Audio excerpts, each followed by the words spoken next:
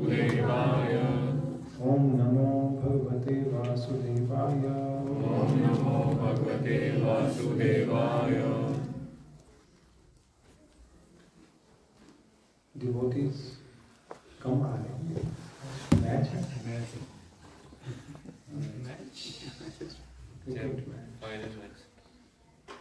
Final India versus New Zealand.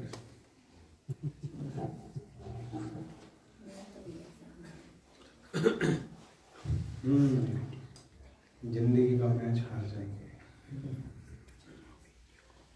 क्या खो रहे हैं वो नहीं पता।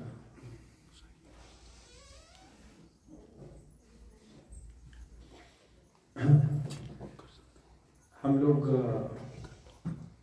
जयपुर में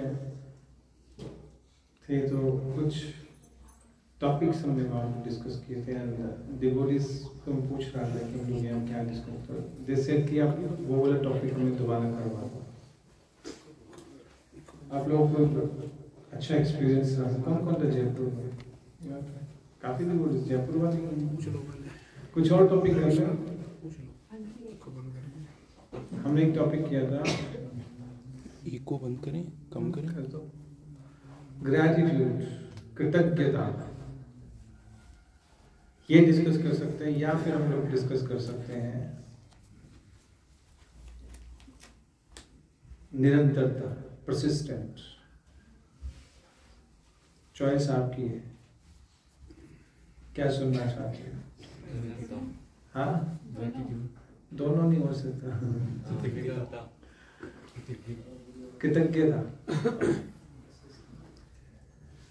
अभी गौर पूर्णिमा आ रही है और चलो इस टॉपिक को कर लेते हैं, कृतज्ञता। क्योंकि चैतन्य महाप्रभु के प्रति भी हम लोगों को कृतज्ञता होनी चाहिए। कृतज्ञता मत मालूम है क्या होता है? हाँ, ग्रैटिट्यूड। ग्रैटिट्यूड इंग्लिश में कहते हैं, हिंदी में आभार। कृत मतलब होता है कार्य, अज्ञ मतलब होता है कि उसे जानना, कि मैं मानता हूं कि आपने मेरे लिए कुछ किया है, उसको कहते हैं कृतज्ञता। ठीक है। जैसे मान लो कि आपके जीवन की दशा और दिशा किसी ने बदल दी, अच्छे सेंस में भी बुरे सेंस में भी। ठीक है, तो हम लोग उस कृतज्ञता, अच्छे सेंस में कहा जाता है कृतज्ञता, कि वी आर थैंकफुल कि आपने हमारे जीवन बदल दिया, एक नई दिशा दे दी। आभार व्यक्त करते हैं हम लोग, थैंकफुल हैं। ठीक है, इसको कहते हैं हम लोग कृतज्ञता, आभार व्यक्त करना। और जो जिन लोगों ने, जैसे कल वुमेन्स डे था, कल था परसों था, हाँ 8 मार्च को था। आज क्या है? नो, कल ही था। तो जिन्होंने भी, जिन स्त्रियों ने भी हमारे जीवन की दिशा बदली है, उसमें मदर्स भी हैं, सिस्टर्स भी हैं, लाइफ पार्टनर्स भी हैं, उनके प्रति हमें कृतज्ञ जरूर होना चाहिए। एक डिवोटी थे, उन्होंने अपने घर में लिखा हुआ था, एक नोट लिखा हुआ था, हाँ दीवार पे लिखा हुआ था कि हम उन सभी अतिथियों के आभारी हैं जिन्होंने हमें अपने आने पर खुशी दी, कईयों ने, तो कईयों ने जाने पर खुशी दी।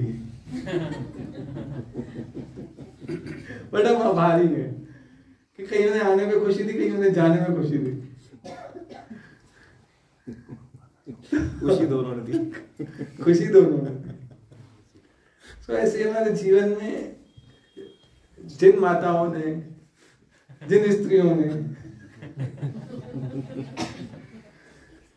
हमारे जीवन को दशा और दिशा दी, हाँ हम आभारी हैं। We should be thankful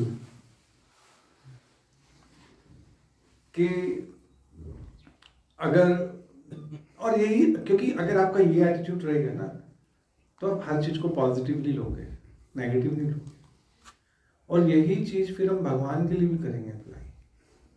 भगवान ने अगर कोई चीज हमें नहीं दी, वी आर थैंकफुल कि भगवान ने हमें प्रोटेक्शन दी, उससे हमारी सेफ्टी रखी। जब पेरेंट्स बच्चे को किसी चीज के लिए नो करते हैं तो उसके वेलबींग के लिए करते हैं, उसके बेनिफिट के लिए करते हैं। नहीं, चॉकलेट नहीं खाओगे तुम, नहीं मिलेगी चॉकलेट, कलर्स नहीं मिलेंगे, करते ना पेरेंट्स, नो कर देते हैं बच्चों को। करते हैं किस लिए करते हैं? भले के लिए।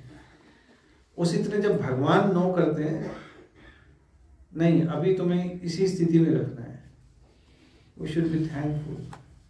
तो हमें बच्चों को सिखाना है ये बात कि तुम्हें नो किया उसके लिए भी थैंक यू कहना है कि ठीक है आप हमारा अच्छा चाहते हो, थैंक यू, आपने नो करते कोई बात नहीं, that's okay, will tolerate it. बच्चों को ट्रेनिंग देनी ना, ऐसे हमें ट्रेनिंग नहीं मिली तो हम बड़े हो के आपको ट्रेनिंग दे दें। इतना समझ आ गया कि थैंकफुल होना चाहिए अच्छे में भी, क्योंकि जो व्यक्ति कृतज्ञ है वो पॉजिटिव होगा। जो व्यक्ति पॉजिटिव नहीं है या जो व्यक्ति कृतज्ञ नहीं, वो पॉजिटिव नहीं हो सकता, क्योंकि कृतज्ञ व्यक्ति का फोकस होता है पॉजिटिव चीजों पे। जो नहीं मिला उस पर फोकस नहीं है, जो है उसमें संतुष्ट है कि चलो इतना तो है मेरे पास। भगवान ने कईयों को इतना भी नहीं दिया। जैसे यहाँ पर ज्यादातर जितने भी डिवोटीज बैठे हैं उनकी एज कितनी, 27 से अबव है कईयों की, है। अफ्रीका में एवरेज एज 27 ईयर है, एवरेज एज। कोई बीमारी से मर जाता है, कोई भूखमरी से मर जाता है, कोई चोरी डकैती से मर जाता है, एवरेज एज 27 है। आप उनसे लंबा जी रहे हो, यू शुड बी थैंकफुल कि भगवान अभी तक जिंदा है। कई लोगों को तो इतना भी नसीब नहीं होता है, नहीं, क्योंकि अब एक्चुअली हमारा जो सोचने का दायरा है वो बहुत छोटा है, बृहद नहीं है। आप पढ़ोगे या ट्रैवलिंग करोगे तब आपका जो सोचने का दायरा है वो बड़ा होगा। ये छोटे बच्चों की ना एक कविता है,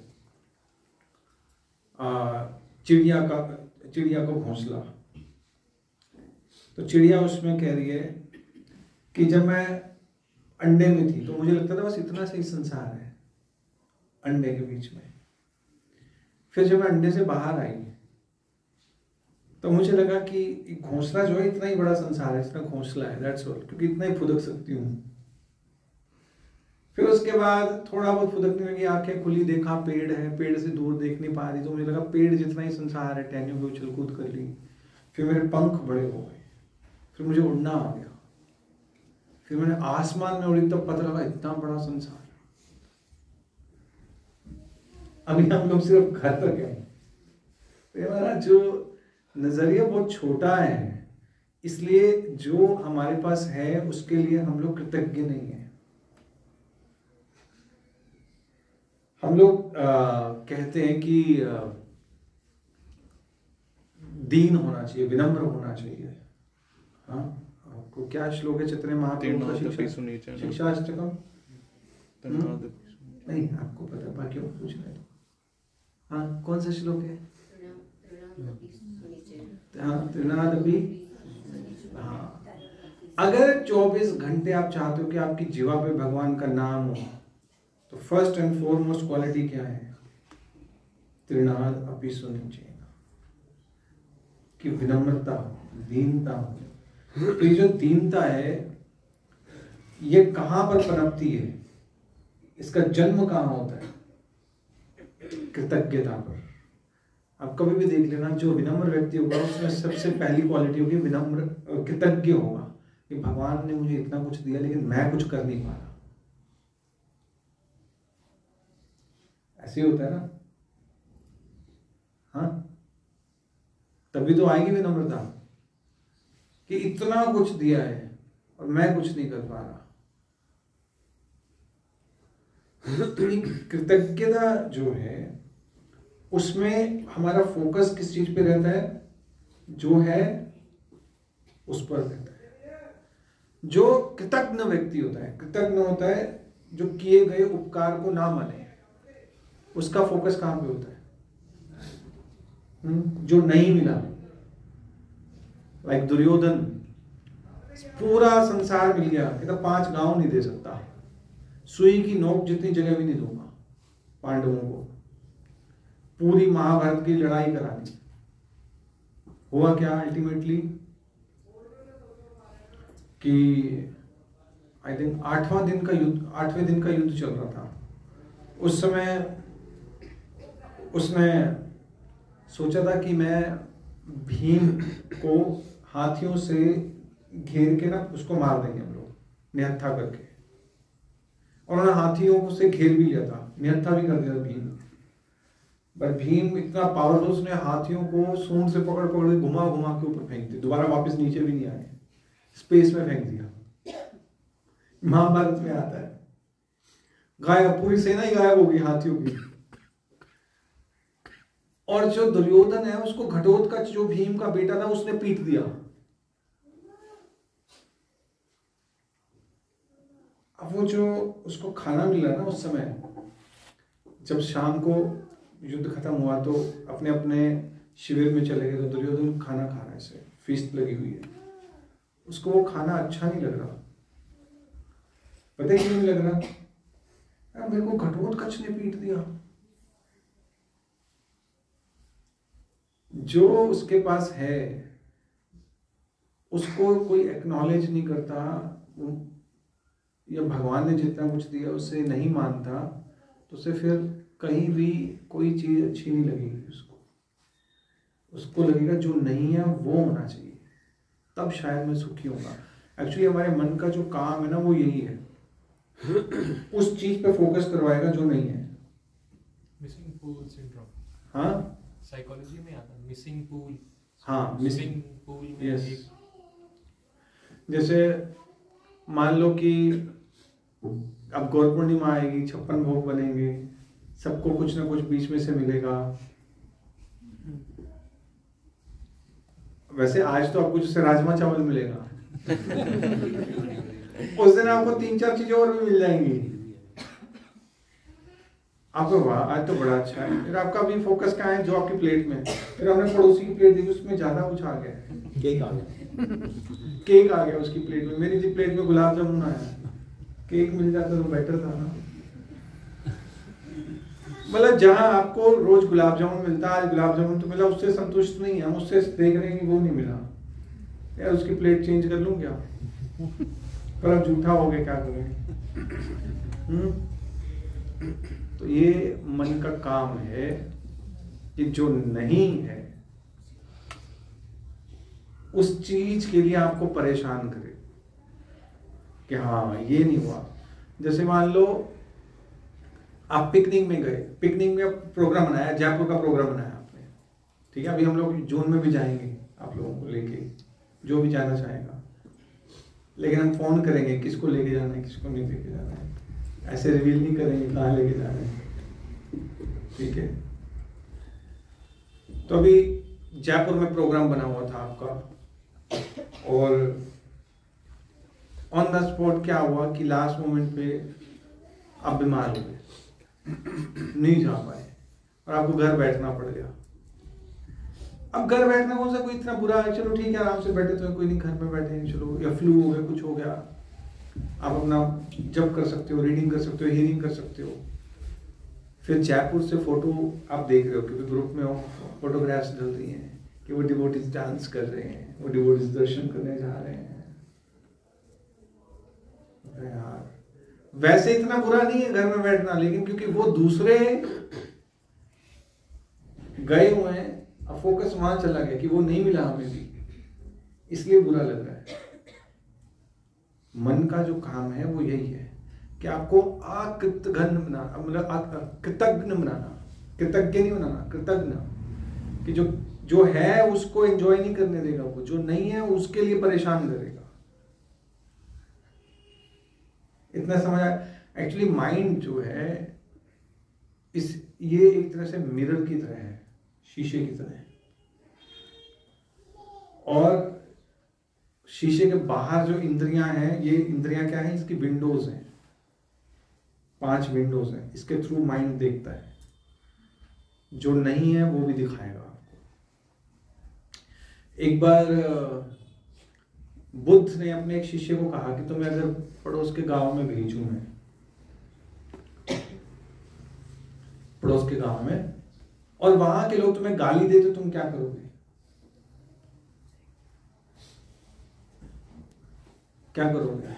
अगर आप मंदिर आते हो, मान लो आपको यहाँ डिवोटीज गाली दे, दोबारा तो आओगे नहीं कभी, आओगे? मान लो बेइज्जती करते हैं आपकी, यहाँ पे जब भी आओ बेइज्जती हो जाती है, तो हम नहीं आएंगे यार, प्रसाद रखिए अपने पास, हम नहीं यहाँ आ रहे। नहीं, कोई एक डिवोटी अच्छा नहीं लगता, उसकी शक्ल नहीं अच्छी लगती आपको, वैसे ही चिढ़ है, होता ना कई बार ऐसे, बहुत कुछ होता है, तभी तो डिवोटीज नहीं आते। हो सकता है ना किसी की शक्ल देख के चिढ़ आती हो। आप लोग फोन करते हो जो डिवोटीज नहीं आ रहे, आपके फ्रेंड्स नहीं आ रहे, करते हो फोन?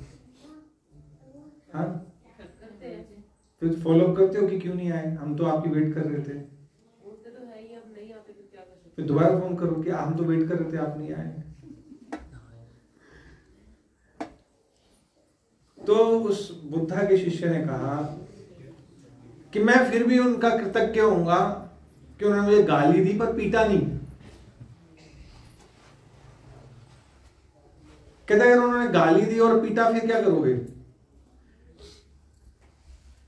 कहते फिर भी मैं थैंक यू कहूंगा उनको कि उन्होंने गाली दी, पीटा, लेकिन मेरे दांत नहीं तोड़े, हड्डियां नहीं तोड़ी। कहते अगर वो तुम्हें गाली दे, पीटे, हड्डियां तोड़ दे, फिर कहते फिर भी मैं थैंक यू कहूंगा कि उन्होंने मुझे जान से नहीं मारा। ट्रेन में एक व्यक्ति जा रहा था, तो उसने शायद लगता है बुद्धा की टीचिंग्स फॉलो कर ली थी, और उसमें पास में एक व्यक्ति था, बड़ा इरिटेटिंग सा, गंदा सा आदमी, ऐसे कई लोग होते हैं ना। उससे टाइम पूछा, क्या टाइम हो गया? उसने एक थप्पड़ मारा और कहा तुम्हें दिखता नहीं है 1 बज गया है। बाकी लोग बोलने लगे भाई तुम तमीज तो सीख लो। कहते नहीं कोई बात नहीं, पूछ मत, शुक्र है 1 घंटा पहले नहीं पूछा, 12 बजे पूछ लो, 12 थप्पड़ पड़ते, अभी 1 ही पड़ा है।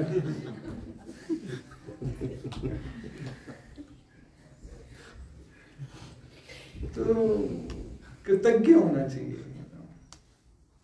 वो हम अपने जीवन में लाए नहीं। हमें कंप्लेंट्स रहती हैं, शिकायतें रहती हैं जिंदगी से, ये नहीं मिला, वो नहीं मिला, ये हो गया, वो हो गया।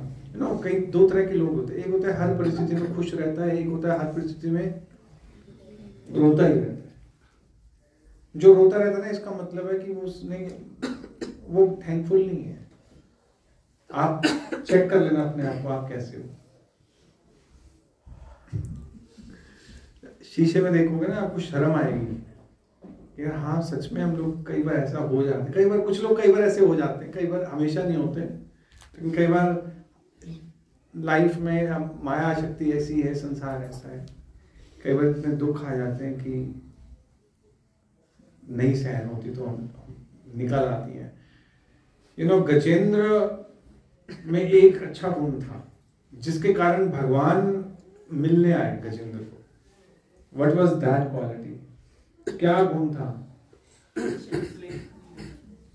हाँ, उन्होंने कभी कंप्लेन नहीं की। यस, कंप्लेन नहीं की उसने। जब श्राप मिला था उससे, तब भी उसने कहा ठीक है, और जब ग्रह ने पकड़ लिया तब उसने कहा ठीक है। उसके फैमिली मेंबर्स ने उसका साथ छोड़ दिया, जिसकी वो रक्षा कर रहा था, जिन बच्चों को वो पानी पिला रहा था, जिनके कारण वो फंस गया, और उन्होंने भी साथ छोड़ दिया, पर उसने कंप्लेन नहीं की, शिकायत नहीं की। उसने कहा जो है ठीक है। और मजे की बात, कई आचार्य तो लिखते हैं कि गजेंद्र ने अपने लिए प्रार्थना ही नहीं की, उस ग्रह के लिए प्रार्थना की कि भगवान इसे ही मुक्ति दे दो आप। मुझे तो कोई बात नहीं। और इसलिए जब भगवान आए तो सबसे पहले किसे मुक्त किया? हाँ, किसका गला काटा था? मगरमच्छ का, ग्राह का। भक्त की बात पे सुनते हैं ना भगवान। वृत्रासुर, पार्वती ने श्राप दिया, उसने कंप्लेन नहीं की, वृत्रासुर ने भगवत प्राप्ति हो गई। क्या सुंदर प्रेयर्स हैं, इतनी ब्यूटीफुल प्रेयर्स है, वेदों में वर्णन है उस वृत्रासुर का। लेकिन हम छोटी छोटी बातों पर परेशान हो जाते हैं, दुखी हो जाते हैं, व्यथित हो जाते हैं, उल्हाना देने लग जाते हैं वैष्णवों को, लोगों को, भगवान को। वो नहीं देखते कि जो है हमारे पास इतना है, उसमें संतुष्ट। तो क्या करें? तो हम लोग कैसे देखेंगे ना, कैसे हम आगे बढ़ेंगे? एक किसान था और उसके पड़ोस में एक लेडी रहती थी। हमेशा ही वो क्या बोलते उसको, शिकायतें ही रहती थी उसकी, कुछ ना कुछ नेगेटिव ही बोलती थी। ऐसे लोगों से वैसे तो दूर रहना चाहिए। जैसे एक बार उसने उसको कहा कि आज कितनी अच्छी सुबह है, बहुत सुंदर सूर्य निकल रहा है। कहते ऐसे ही सूरज चढ़ता रहा ना, सारी फसलें जल जाएंगी।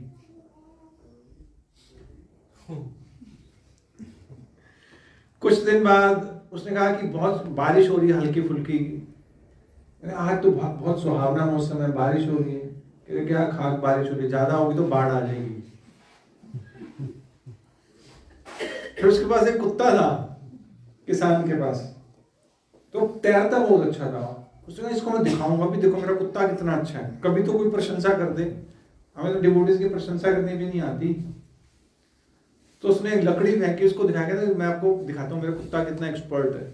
लकड़ी फेंकी नदी में और कुत्ता भागता भागता गया नदी में, तैरता दूर तक गया, फिर उस लकड़ी को लेके आया वापस। कहता कितने, तो उस लेडी पता क्या थी, कितना घटिया कुत्ता है, चल नहीं सकता इसलिए ज्यादा तैरता है। ऐसा नहीं बनना है हमें। हर चीज में दोष, हर चीज में गलती। और कृष्ण भावना अमृत इस चीज का हमें इनडायरेक्टली जरूर कुछ ना कुछ चीजें सिखाती है। ऐसा नहीं कि हमें इसको आर्टिफिशियल लाना है। भगवान की सेवा से अगर हम कृष्ण भावना को सही से पालन करें तो हमारे अंदर अच्छे गुण आ सकते हैं। आज की डेट में अगर जॉब लेने जाओ तो जो बड़ी बड़ी कंपनीज है वो 85% आपका एटीट्यूड देखती है, आपका एटीट्यूड कैसा है। 15% देखती हैं आपकी स्किल्स, आपकी एजुकेशन, ये सब देखती हैं। 85% आपका एटीट्यूड, कि आप कंपनी के लिए कितना नेगेटिव हो, कितना पॉजिटिव हो, आगे बढ़ने के लिए कितने पॉजिटिव हो। उनके अपने अपने अपने पैरामीटर्स हैं आपके साइकोलॉजी को चेक करने के लिए। अगर पूरा टेस्ट होता है, अल्टीमेटली आपका एटीट्यूड चेक कर रहे होते हैं, किस एटीट्यूड से आप एंटर कर रहे हो। जैसे कोई बिल्डिंग है, उसकी फाउंडेशन जितनी स्ट्रॉन्ग होगी उतना ही आप अच्छी बिल्डिंग बना सकते हो, बड़ी बिल्डिंग बना सकते हो। उसी तरह भक्ति की जो फाउंडेशन है वो कृतज्ञता है, ग्रैटिट्यूड है। समझ गए? ये जो कोलंबस है, कोलंबस को जानते हो, जिसने बहुत मुश्किल सफर रहा था उसका। उसके 45% लोग मर गए थे रास्ते में, 55% लोग बचे थे। जैसे ही वो अमेरिका में उतरा, सबसे पहले उसने धरती को चूमा और थैंक यू कहा भगवान को। पता है किस लिए? उसने कहा थैंक यू, एटलीस्ट हम इतने लोग तो बच गए, तो सारे ही मर जाते जिस परिस्थिति से गुजरे। वो चाहता तो उल्टा भी कर सकता था कि भगवान हमें तो मतलब इतने लोग मरवा दिए। ऐसे लोग भी होते हैं। लेकिन ये जो चीजें हैं ना, हमें जितना आप थैंक यू कहोगे ना, देख लेना आप चाहे आर्टिफिशियली कहने लग जाओ। एक वो होता है हार्मोन, होता है हैप्पी हार्मोन, डोपामाइन, वो रिलीज होना शुरू हो जाएगा बॉडी से। हैप्पी हार्मोन्स रिलीज होने शुरू हो जाएंगे। तो भगवान के प्रति अगर हम लोग थैंकफुल हैं, ग्रैटिट्यूड्स हम लोग रखते हैं कि भगवान ने हमें हरे कृष्णा महामंत्र दिया। अगर चैतन्य महाप्रभु नहीं आते तो आप आज की डेट में हरे कृष्णा महामंत्र नहीं गा रहे होते। अभी तो आप बहुत लाइटली ले रहे हो ना। अगर आप जानो कि सुबुद्धि राय, सुना है सुबुद्धि राय के बारे में? चैतन्य चरितामृत में आता है। तो पहले उस टाइम में क्या होता था कि किसी को भी मुसलमान बनाना होता उस पर जूठा पानी फेंक देते थे, और उसको जिस पे आप जूठा पानी फेंक दिया वो कहते अब ये तो हमारे धर्म का रहा नहीं, अब ये मुसलमान हो गया, आउटकास्ट हो गया, ये अछूत हो गया, सोसाइटी से निकाल देते थे हिंदूज को। तो सुबुद्धि राय ने अलग अलग लोगों से पूछा मैं क्या करूं, नवाब हुसैन शाह ने मेरे पे पानी फेंक दिया जूठा। असल में वो नवाब हुसैन शाह पहले उसके यहाँ काम करता था, तो सुबुद्धि राय ने कई बार उसे डांटने के लिए कई बार उसे मारा भी कि ठीक से काम करे। बाद वो राजा बन गया तो लोगों ने भड़का दिया तुझे इसने इतना टॉर्चर किया, इसको मार दे दूं, फांसी चढ़ा दो। उसने कहा नहीं, इसने मेरी सहायता भी बहुत की है। तो अल्टीमेटली कहने में उसने अपने मंत्रियों कहने में सुबुद्धि राय को क्या किया कि ठीक है इसका धर्म भ्रष्ट कर देते हैं, तो उस पर जूठा पानी फेंक दिया कुल्ला करके, ऐसे पी के बुलाया उसको, फेंक दिया उसको। अब उसने पूछा कि क्या करूं, अलग अलग ब्राह्मणों ने कहा कि ऐसे करो, तुम अपने कानों में अपने मुंह में पिघला हुआ लोहा डाल के मर जाओ या गंगा में कूद के मर जाओ, तुम्हारा कोई और कुछ नहीं हो सकता। भाई यही प्रायश्चित और कुछ है ही नहीं। चैतन्य महाप्रभु से पूछा उसने कि मैं क्या करूं। महाप्रभु ने कहा वृंदावन चले जाओ, भजन करो, बस हो गया। कौन बताता? शास्त्रों में बहुत सारी चीजें हैं, प्रायश्चित भी है, पाप भी है, पुण्य भी है, तंत्र साधना भी है, ये जो ब्लैक मैजिक है, ये सारी चीजें हैं। क्या बोलते हैं उसको, शमशान में जाके वो जो तांत्रिक करते हैं, वो सब चीजें हैं। शमशान साधना, हाँ, शव साधना कहते हैं उसको। क्या करोगे? अब क्या करें क्या नहीं करें, अब तो पूरी लाइफ सिर्फ पढ़ने में निकल जाएगी, भैया करना क्या है, इसी को समझने में लग जाएगी। क्योंकि वेदों में क्या होता है कि कई चीजें नीचे चली गई, जैसे हरे कृष्णा महामंत्र नीचे चला गया। चैतन्य महाप्रभु उसको ऊपर लेके आए और साधारण जनता को दिया। पहले ऐसा नहीं था कि ओपनली कोई कीर्तन कर सकता था, जप कर सकता था, बिना गुरु के आपका भगवान का नाम लेना भी पाप था, ले नहीं सकते थे, डरा के रखा हुआ था। भगवान का नाम लेना भी पाप है, हमने गुरु धारण नहीं किया हुआ। आज की डेट में है तो किसकी देन है? चैतन्य महाप्रभु की। अगर आप इस चीज के लिए कृतज्ञ नहीं हो, आपको पता ही नहीं है कि किस सिचुएशन से ये हमें हर भगवान की भक्ति मिली और किस स्थिति में आप हो, कितनी बेटर पोजीशन में हो।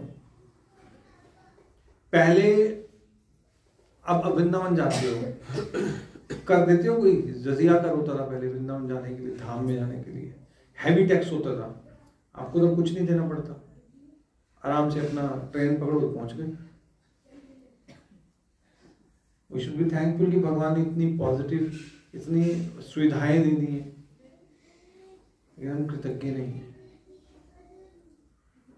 एक बार पॉजिटिव देखने के लिए आपको ना कृतज्ञ होना पड़ेगा। अगर आप पॉजिटिव नहीं हो तो फिर आप कृतज्ञ नहीं तो पॉजिटिव नहीं देखोगे। क्या कहते हैं उससे, एक बार इंद्र ने टेस्ट लिया था द्वारिका में भगवान कृष्ण का, मरा हुआ कुत्ता बन के लेट गया, आंतड़ियां निकली हुई, मुंह बदबू आ रही है। तो भगवान ने क्या दिखा था उसमें? हाँ, दांत देखो कितने सुंदर। तो कृतज्ञ होना चाहिए, जो मिल गया उसके लिए थैंकफुल होना चाहिए। और वो चीज आएगी कैसे? क्वेश्चन है, वो आएगी कैसे? क्योंकि इससे बहुत सारी जो चीजें हैं आपके जीवन में चेंज होंगी। आपका फियर कम हो जाएगा, एंजाइटी कम हो जाएगी, डिप्रेशन कम हो जाएगा, आप में हैप्पीनेस बढ़ जाएगी। अगर आप कृतज्ञ थैंक यू कहने लग जाओगे, सिर्फ थैंक यू कहने लग जाओ, उससे ही हो जाएगा। लेकिन ये चीज आएगी ऐसे हृदय में, चलो एक चीज बताता हूँ, मर्सी का कॉन्सेप्ट है हमारे कृष्ण भावनामृत में, है या नहीं?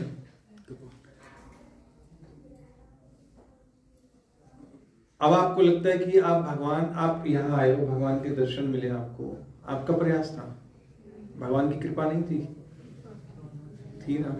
इसी तरह हर चीज में कि जैसे हम संसार को देखते हैं तो सिर्फ हमारी आईज नहीं है, उसमें सूर्य के प्रकाश के बिना भी हम नहीं देख सकते, लेकिन हमने सूर्य को कभी थैंक यू नहीं कहा। अगर अंधकार छा जाए तो आपकी आंखें काम नहीं करेंगी, अगर वायु ना हो तो आपको कोई सुगंध नहीं आएगी, अगर वायु ना हो तो आपको सुनाई नहीं देगा, क्योंकि साउंड ट्रेवल नहीं करेगी। उसके लिए आपको अंडरस्टैंड करना पड़ेगा, ये चीजें आपकी हेल्प कर रही हैं। जैसे अभी हम लोग जयपुर गए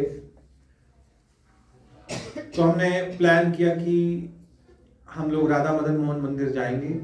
कहते हैं कि एक दिन में तीनों के दर्शन करे तो अपूर्ण दर्शन माने जाते हैं भगवान के, पूर्ण, कि पहले राधा मदन मोहन के दर्शन करो, फिर राधा गोविंद जी के, फिर राधा गोपीनाथ के।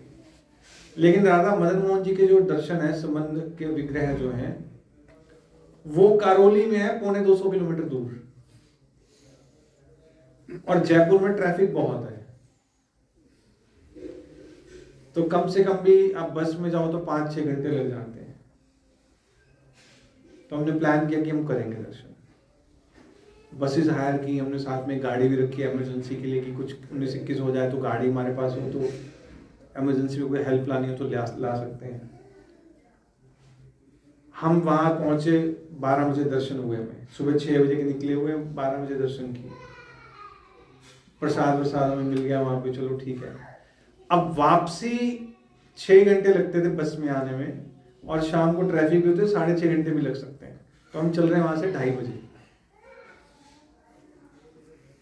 2 बजे प्रसाद लिया हमने, 2:30 बजे हम निकल रहे हैं। हमारा प्लान था कि हम 2 बजे निकलेंगे, लेकिन 2:30 बजे निकलते हुए, अब 6.5 घंटे जोड़ो, उसमें कितने हो गए? 8:30, 9 बज गए। 2:30 से 8:15 बजे दर्शन बंद हो जाते हैं एवरी डे। रिक्शे वाले भी कह रहे थे कि दर्शन बंद हो जाते हैं, भैया आप क्या करते हो? कई डिवोटीज को बोला रिक्शे वालों ने कि अब आप राधा गोपीनाथ मंदिर क्या करने जा रहे हैं, वहां तो दर्शन बंद हो गए, अब नहीं होंगे दर्शन। और फिर हमारी गाड़ी जो थी, हम कहीं और गलत जगह ले गए, हमारी गाड़ी भी फंस गई, उसके 2 चक्के नीचे हैं, 2 बाहर, फंस गई गाड़ी।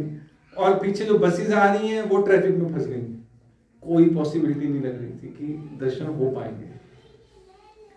एंड हमने डिवोटी को कहा था, भैया इंडिविजुअल दर्शन करने हैं, किसी ने ग्रुप में नहीं रहना, भाग के अपने जो दर्शन कर सकता है कर लेना, किसी दूसरे के चक्कर में खुद मत रह जाना। अचानक से वो कहते जी क्रेन बुला लो, हमें कहते थे, हम लोग, हमारे पास वो कार थी, क्रेन हमें बुलाएंगे, आधा पौना घंटा लग जाएगा, वो आएगी ट्रैफिक के बीच में से। अचानक से वो पास में 3-4 लोग आए, उन्होंने धक्का मारा, गाड़ी उठाई, निकाल ली, कहते चलो जी आपका हो गया, 10 मिनट में गाड़ी निकल गई। नहीं चलो भाई, ये तो भगवान की कृपा से हो गया, ये तो दर्शन नहीं होने थे। जो बस में आ रहे थे उनके तो 8 ही, क्या कहते हैं, कितने बजे, 8 बजे पहुंचे थे आप लोग? 7:45 पहुंचे थे, दर्शन बंद थे, 7:30 से 8 बजे तक दर्शन बंद होते हैं राधा गोविंद जी के। कहते अब यहाँ तो दर्शन हो जाएंगे, चलो 8:15 बजे, लेकिन राधा गोपीनाथ के दर्शन बंद हो जाएंगे फिर तो। और अगर पीछे से पैदल भी जाएं तो 15 मिनट का रास्ता है राधा गोविंद से गोपीनाथ जी का दर्शन करने का, पॉसिबिलिटी थी नहीं। डिवोटीज ने कहा चलो ठीक है ट्राई करते हैं, दर्शन किए। मैं डिवोटीज को बोला मैं भाग के कर लो दर्शन, क्योंकि हम दर्शन करके वापस भी आ गए थे राधा गोविंद जी के मंदिर। बाकी डिवोटीज को बोलेंगे भैया जाओ, 9 बजे तक खुले हैं दर्शन आज, तो डिवोटीज भाग भाग के दर्शन करे, जा गए, गोपीनाथ जी के भी दर्शन हो गए सबको, एंड इट वाज मर्सी। तो वहां जितने भी डिवोटीज हैं उन्होंने कहा कि हाँ ये हमारा प्रयास नहीं था, ये भगवान की कृपा से हमें तीनों दर्शन हुए, तो हो नहीं सकते। तब कृतज्ञता आई ना मन में, हाँ भी भगवान ने कृपावश अपना पर्दा खुला रखा, भाई आ जाओ कोई बात नहीं, मैं खड़ा हूँ। नहीं तो जनरली नहीं होता, 8:15 दर्शन लिखा हुआ है टाइम। उस दिन एक कीर्तन पार्टी आई हुई थी, उसके लिए भगवान ने दर्शन खुले रखे हुए थे। पता है वो पुजारी के मन में क्या आया था, उसने कहा ठीक है तो कीर्तन चल रहा है, अच्छा तो चलने दो, तो हमारे डिवोटीज भी उसी बहाने दर्शन हो गए, जस्ट मर्सी।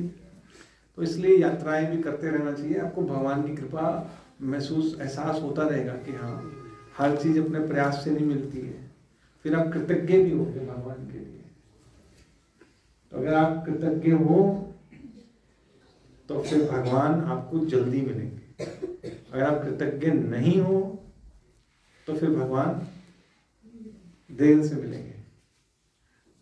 जब तक इस चीज का एहसास नहीं होता कि भगवान ने आप पे कृपा की है, जैसे हमने एक डिस्कशन की थी कि एक अवगुण है जिसको हम दूर कर सकते हैं, कौन सा था वो, आई जस्ट फॉरगॉट। लेकिन एक गुण ऐसा भी है, एक अवगुण ऐसा भी जिसको भगवान की कृपा के बिना दूर नहीं किया जा सकता। हाँ, द्वेष, हमने द्वेष पे चर्चा की थी ना, द्वेष को हम दूर कर सकते हैं, लेकिन एक ऐसा अवगुण भी है जिसको भगवान की कृपा के बिना हटाया ही नहीं जा सकता। पता है वो कौन सा है? प्रतिष्ठा। प्रतिष्ठा की लालसा को हटाना भगवान की कृपा के बिना इम्पॉसिबल है। इसलिए शास्त्रों में उसके बारे में ज्यादा चर्चा है ही नहीं कि इसके हटाने के लिए क्या करना है। प्रतिष्ठा बहुत मुश्किल है, और जो प्रेम है वो भगवान की कृपा के बिना मिल ही नहीं सकता, जो आपका लक्ष्य है जीवन का। तो जब तक हम लोग कृतज्ञ नहीं है, तो इसलिए मर्सी का कॉन्सेप्ट है कृष्ण भावना कि भगवान प्रयास और कृपा दोनों से मिलते हैं, अकेले प्रयास से नहीं मिलते, अकेले कृपा से भी नहीं मिलते। तो ये डिवोटीज के मन में होना चाहिए कि हमें जो मिला है उसके लिए हमें थैंकफुल होना चाहिए कि मंदिर में बैठने की हमें भगवान ने परिस्थिति दी है, संडे प्रोग्राम अटेंड करने की परिस्थिति दी है हमें भगवान ने, वी शुड बी थैंकफुल। उनसे पूछो कि जो बीमार है एक बार हॉस्पिटल में चक्कर लगा के आओ, आपको पता लग जाएगा। We should be thankful. और दूसरी कॉन्सेप्ट है कृष्ण भावनामृत में, हर चीज किसकी है? भूल जाते हैं। अगर मैं आपको कोई चीज दे दूं, जैसे मान लो कि किसी की किडनी फेल हो जाए और किसी ने उसको किडनी दान कर दी और उसकी जान बचा दी, तो पूरी लाइफ उसका थैंकफुल होगा ना, कृतज्ञ होगा ना कि मेरा जीवन बचा लिया उसने। तो भगवान ने तो 2-2 किडनियां दी हुई है आपको, कभी कहा है थैंक यू? नहीं, टेकन एज ग्रांटेड नहीं। तो हर चीज हम कहते हैं भगवान की है, लेकिन हमने कभी थैंक यू नहीं कहा। छत दे दी, खाने को दे दिया, जीवा दे दी स्वाद लेने के लिए, कान दे दिए सुनने के लिए, आंखें दे दी, वी आर नॉट थैंकफुल। कई लोगों के पास आंखें नहीं है, कई गूंगे बहरे पैदा होते हैं, शुड बी थैंकफुल। ग्रैटिट्यूड, जिस दिन ये हो गया ना आपके पास, आप दीन हो जाओगे। चाहे आप कितने ही सीनियर डिवोटी हो, बट आप में दीनता आ जाएगी। इसलिए जितने भी सीनियर डिवोटी होते हैं ना, हम कहते हैं ना कि श्रेष्ठ, वो दीन क्यों होते हैं? क्योंकि वो आभारी हो जाते हैं भगवान के, उन पर भार होता है भगवान के ऋणों का। वो उसको मानते हैं कि भगवान का ऋण है हमारे ऊपर, हम उसे चुका नहीं पा रहे। उन्होंने मर्सीफुली हमें अपना नाम दे दिया, और क्या दें जिससे हम भगवान से कनेक्शन स्थापित कर सकते, संबंध स्थापित कर सकते हैं। नहीं होता तो हम कैसे करते हैं? जैसे भाई मैं आपको, आप मेरे से बात करना चाहते हो, कोई है नहीं, तो मैं आपको एक डिवाइस दे दूं, एक फोन दे दूं, भाई आप इस फोन से जब मर्जी फोन मिलाओ मेरे से बात कर सकते हो। और कई सालों से आप तड़प रहे थे कि हाँ मेरी बात हो जाए, मैंने फोन दे दिया आपको, थैंकफुल हो गया, फोन ही दे दिया। किसी को नहीं मिला, मुझे मिल गया। हजारों लाखों लोगों में से किसी एक को भगवान का नाम जप करने की अपॉर्चुनिटी मिलती है, या उसके दिमाग में घुसती है बात कि हाँ भगवान का नाम लेना है। तो ऐसे आपको मोबाइल मिल गया, भाई मैं तो जब मर्जी मिला लूं, मैं तो थैंकफुल हूं, है नहीं? और उसमें हम लोग रूपा गोस्वामी का जब चर्चा कर रहे थे, उसमें था नहीं, तो चितरे महाप्रभु जब रूप गोस्वामी को शिक्षा दी थी संबंध ज्ञान की, अभिधेय की, सॉरी, कि ब्रह्मांड भ्रमिते कौन भाग्यवान जीव, गुरु कृष्ण कृपा पाए पाए भक्ति लता पीछे, कि इतने लाखों करोड़ों अरबों खरबों अनंत जीव है, उन जीवों में से उन जीवों की दो कैटेगरीज हैं, एक मुक्त है और एक बद्ध। बद्ध में भी फिर क्या है, चर और अचर, दो कैटेगरीज हैं। और जो चर है उनमें भी फिर तीन कैटेगरीज है, जलचर, थलचर, नभचर। और जो थलचर है उसमें फिर दो कैटेगरीज हैं, सभ्य और असभ्य। और सभ्य में भी फिर दो कैटेगरीज हैं, आस्तिक और नास्तिक। आस्तिक में फिर दो कैटेगरीज हैं, धार्मिक और अधार्मिक। फिर धार्मिक में भी दो कैटेगरीज हैं, हाँ, कर्मकांडी और भगवान को प्राप्त करने वाले। उसमें भी फिर दो कैटेगरीज है, साकार और निराकार।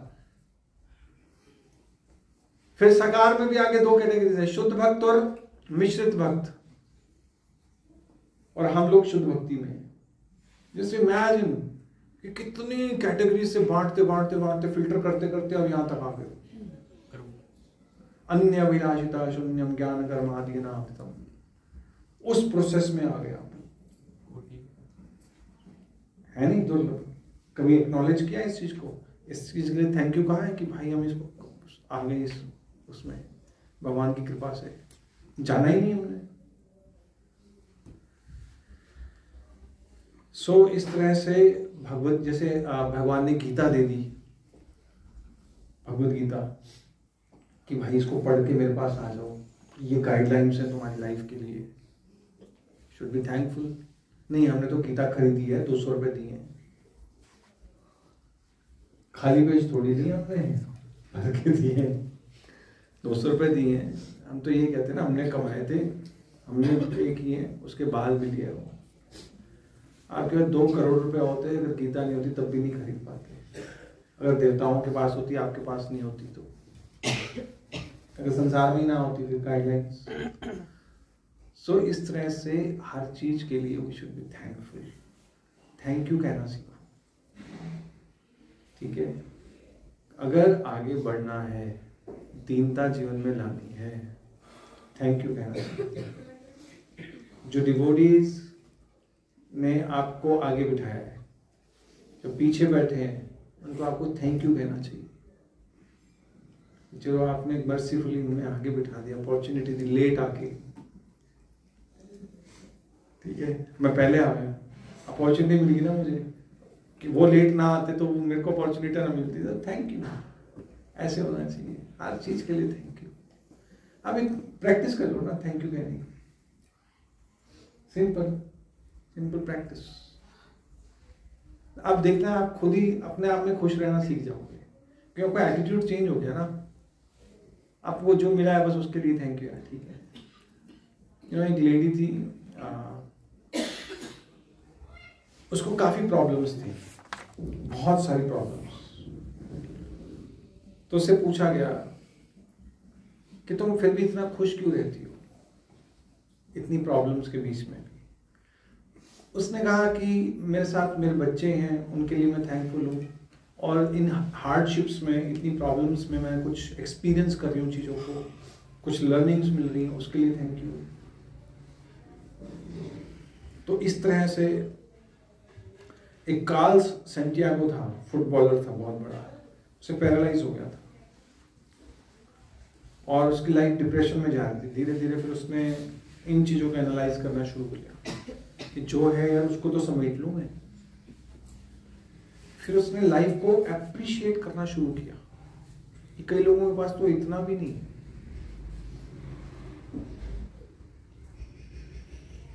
ठीक है। और थैंक यू के 3 लेवल्स हैं। जैसे अगर आप किसी, कोई मान लो आपसे कोई गलती होगी, आप सॉरी कह देते हो ना, कहते हो नहीं कहते हो, या कहते हो कोई पैर में जाए मुझे क्या लेना देना। कोई लोग झुकते भी नहीं है, लेकिन सॉरी के भी 3 स्टेप्स होते हैं। एक होता है सॉरी कहना, दूसरा होता है अपनी गलती को एक्सेप्ट करना। दूसरा स्टेप है, एक तो आपने बोल दिया, एक होता है एक्सेप्ट भी करना कि हाँ यार मेरी गलती, आगे से मैं नहीं करूंगा ये। तीसरा होता है जो गलती होगी उसको कंपनसेट करने के लिए आप क्या कर सकते हो। जैसे मान लो भी किसी आप जा रहे थे तो आपकी वो किसी के साथ कोई गाड़ी या कुछ स्कूटर से कुछ शर्ट वगैरह आ गई, फट गई, तो क्या कर सकते हो, उसकी शर्ट फट गई तो नई शर्ट ला के दे सकते हो, सॉरी भी कहोगे आपकी गलती थी, उसको नई शर्ट ला के दे सकते हो, उसको सिलवा सकते हो। तो 3 स्टेप्स हो गए ना। इसी तरह थैंक यू के भी 3 स्टेप्स हैं। एक क्या है, थैंक यू, हाँ कहना बोलना। दूसरा क्या है, रियलाइज, एक्सेप्ट, उस चीज का अनुभव करना, एक्सेप्ट करना उस चीज को। तीसरा क्या है, सर्विस करना, फिर कि ठीक है आपने मुझे इतना कुछ दिया, मैं आपके लिए क्या कर सकता हूँ। इसलिए कृष्ण राम नाम सेवा है, कहते हैं ना सेवा करनी है। प्रभुपाद ने अपनी ट्रांसलेशन बुक्स में भक्ति को ट्रांसलेट कैसे किया, devotional service. We are thankful, gratitude, कृतज्ञ हैं इसलिए सेवा करते हैं भगवान की। Service 3 steps. सिर्फ थैंक यू से काम नहीं चलेगा, क्या करना पड़ेगा, हाँ मानना भी पड़ेगा और सेवा भी करनी पड़ेगी। इट्स लाइक दैट, ठीक है। चौथा भी है प्रभु जो आप करते हो, गलती ना हो तो भी थैंक यू बोल देना।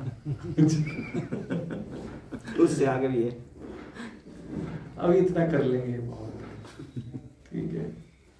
हरे कृष्ण, श्रील प्रभुपाद की जय। और प्रेमानंद,